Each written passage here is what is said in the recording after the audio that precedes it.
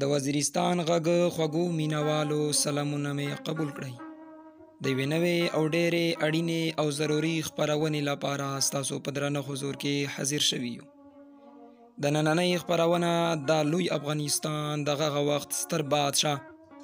ظاهرشاه د نږدې ملګري او د فقیرې پي د لښکر یو لوی مبارز مشر او اتل حضرت مولانا محمد ظاهرشاه مرحوم په حجره کې د MPA میر کلام وزیر خبرو ته ځانګړې شوې ده. راځئ چې د ده له خولې واورو چې څه وایي. بسم الله الرحمن الرحیم. په ټوله ناول خو زه نن په ډېره تاریخي او په ډېره غیرتي اجرا چې د ازادۍ ډېر لوی مجاهد او ډېر لوی مبارز چې د حاجي میرزعلي خان فقیرې پي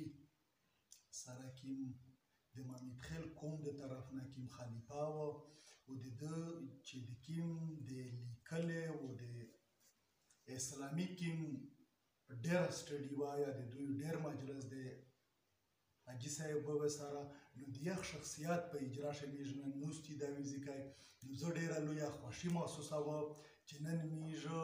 د چې څومره ځوانونه رټیل دي دا ځکه میږ د خپل قوم د خپل وطن په تاریخ باندې مجلس کې سره او میږ په خپل اتلون باندې سره راغېږي. نو زه په ټوله نه اول د خپل ځون د طرف نه د میږ د ټولو ملګري د طرف نه چې د میږ سره روغلي څومره ملګري دي اشفاق وزیر زیشان بیټانی د نور چې میږ سره څومره هغه ملګري دي د دغه د طرف نه زه د مولوي صاحب دی او د دوی د ټولې کرانې او دا ځکه د کلي چې څومره ملګري دي د دغه ډېره لویه شکریا ادا کوم. نو نن میږ چې په کیم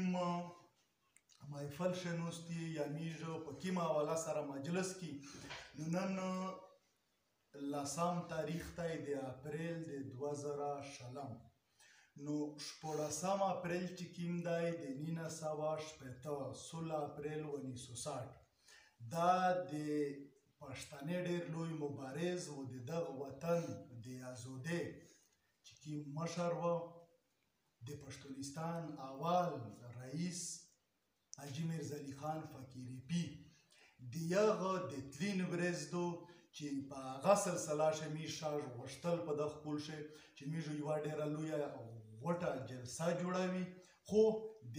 دغه کورونا وایرس په حواله سره میږ هغه ته ونه رسېدي چې میږ هغه پروګرام جوړ کړه. نو میږ بیا هغه کوښښ کوي چې میږ خپل د ویډیو په ذریعه باندې میږ خپل د لیکلې په ذریعه باندې د یوه بل سره مخامخ په نوستي باندې نو میږ دا یوه چې کیمه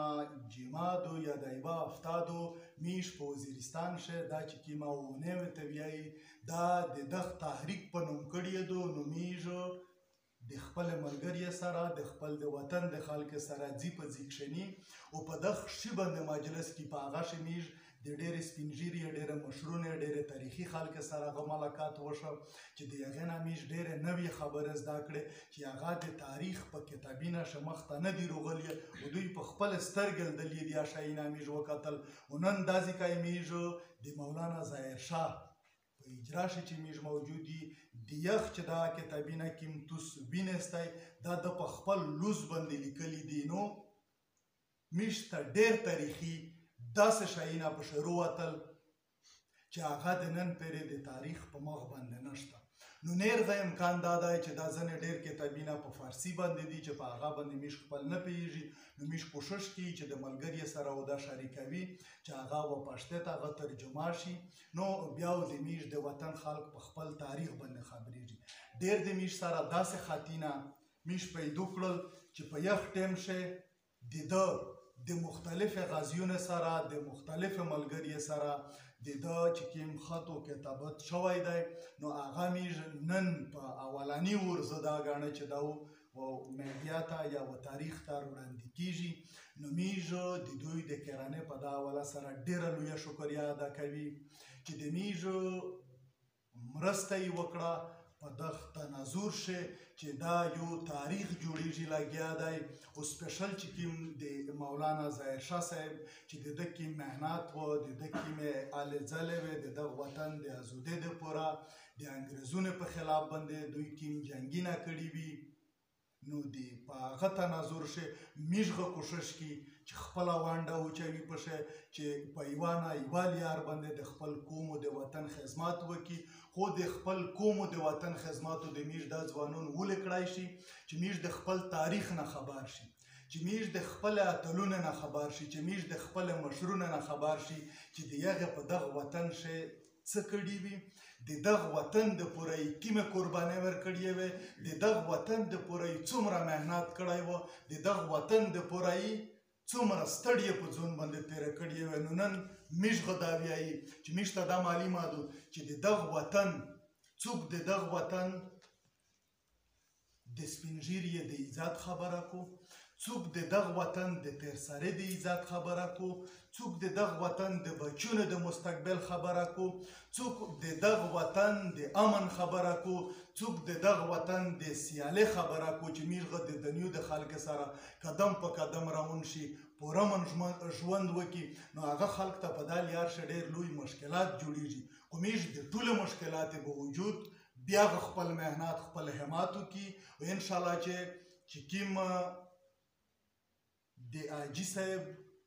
میرزا علي خان په کیریپي برسېدو میږو په خپل ځون باندې دا فرض او کارز ګڼي چې میږو هر کول لکه څرنګې په 2014 کول چې میږ دا ځای په وزیرستان شهر جوړه کړې وه په هغه رنګ باندې و میږ هر کول د خپل کوم سره میږ دا لوز کړي چې هغه وغر جوړوي او سپیشل میږ دا ځای د مولانا ظاهر شاه چې کومه برسېدو هغه هغه میږ د نن ورځې نه زه باقاعده دا اعلان کړم چې میږ به د خپل توان مطابق د خپل وس مطابق چې میږ څومره محنت کړی شو څومره مهمات کړی شو که میږ په وړه سطحه وه که په غټه سطحه وه چې د میږ د ملګري څومره استعداد و نو په هغه حواله سره به میږ هر کول چې څو پورې میږ ژوندي وي میږ به خامخا ریګولر منو کوي نو د هغې نه بعد زه ډېرې خبرې نه اوږدوم میږو ټیم په ټیم باندې په دغه حواله سره تاریخي پروګرامونه د وزیرستان غږ د طرف نه تاسو ته انشاءالله چې وړاندې کیږي او په دغه وطن شه ډېر داسې سپین ږیري شته دي چې د هغې نه هغه د میږ ملګري امین د ټیم په ټیم انټرویوګونه وکړو او دا تاریخ خو میږ ټول سره پیوځي کوي او دا کتابونه چې کوم د میږ سره نن پروته دي دا میږ یو کتاب کسی سټډي کوي وي خپل ملګري په پویوي او د هغې نه بعد وټول پښتین افغان ولس ته دا چې کوم په داسې کوم مسیجونه دي یا کوم لیکل دي کومه تاریخ پرته نو هغه میږ وټول خلک ته رسوي نو زه په اخره شه یو ور بیا د خپل ځون د طرف نه او د میږ د ملګري د طرف نه د مولانا ظاهر شاه چې د ازادۍ ډېر لوی مجاهد و ډېر لوی نوم دی بیا سپیشل د ممیدخیل قوم د پوره چې په هغه وخت کې د ممیدخیل قوم دی خلیفه و نو د میږ د پوره ډېره لویه د فخر او د ویاړ خبره ده چې نن میږ ته دا اعزاز حاصل دی چې د ده په اجرا شه دا ځای میږ موجود دي او د ده د قبیلې چې څومره هغه مولوي صاحب دي یا نور مشرون دي دوی د میږ سره دا لوز وکړ چې انشاءالله چې څه نمونه معلومات دي څه نمونه مرسته میږ ته پکار وي دوی به د میږ سره کو نو زه ډېر لوی فخر محسوسوم نن چې میږ دا ځای نوستي او میږ د ازادۍ او د وطن د ننګ او د پښتونستان د هغه اتلونو په تاریخ باندې میږ خبرې کړي او د هغې کتابونه او کسي میږ ته مخ ته پروته دي چې دا بیا د میږ په وطن شه مخ ته چاته هغه نه وي ورغلي او میږ کوشش کړي چې چا د میږ نه کوم پټ کړی شوی تاریخ دی چې هغه میږ ژوندی کړي او خپل ځوانانو ته یې ورسوي نو د توس د ټوله کتونکي د میږ د ملګري او دا ځای کوي چې څومره نوست ملګري دي د دغې د ټولې زه د زړه د تل نه مننه کوم مهرباني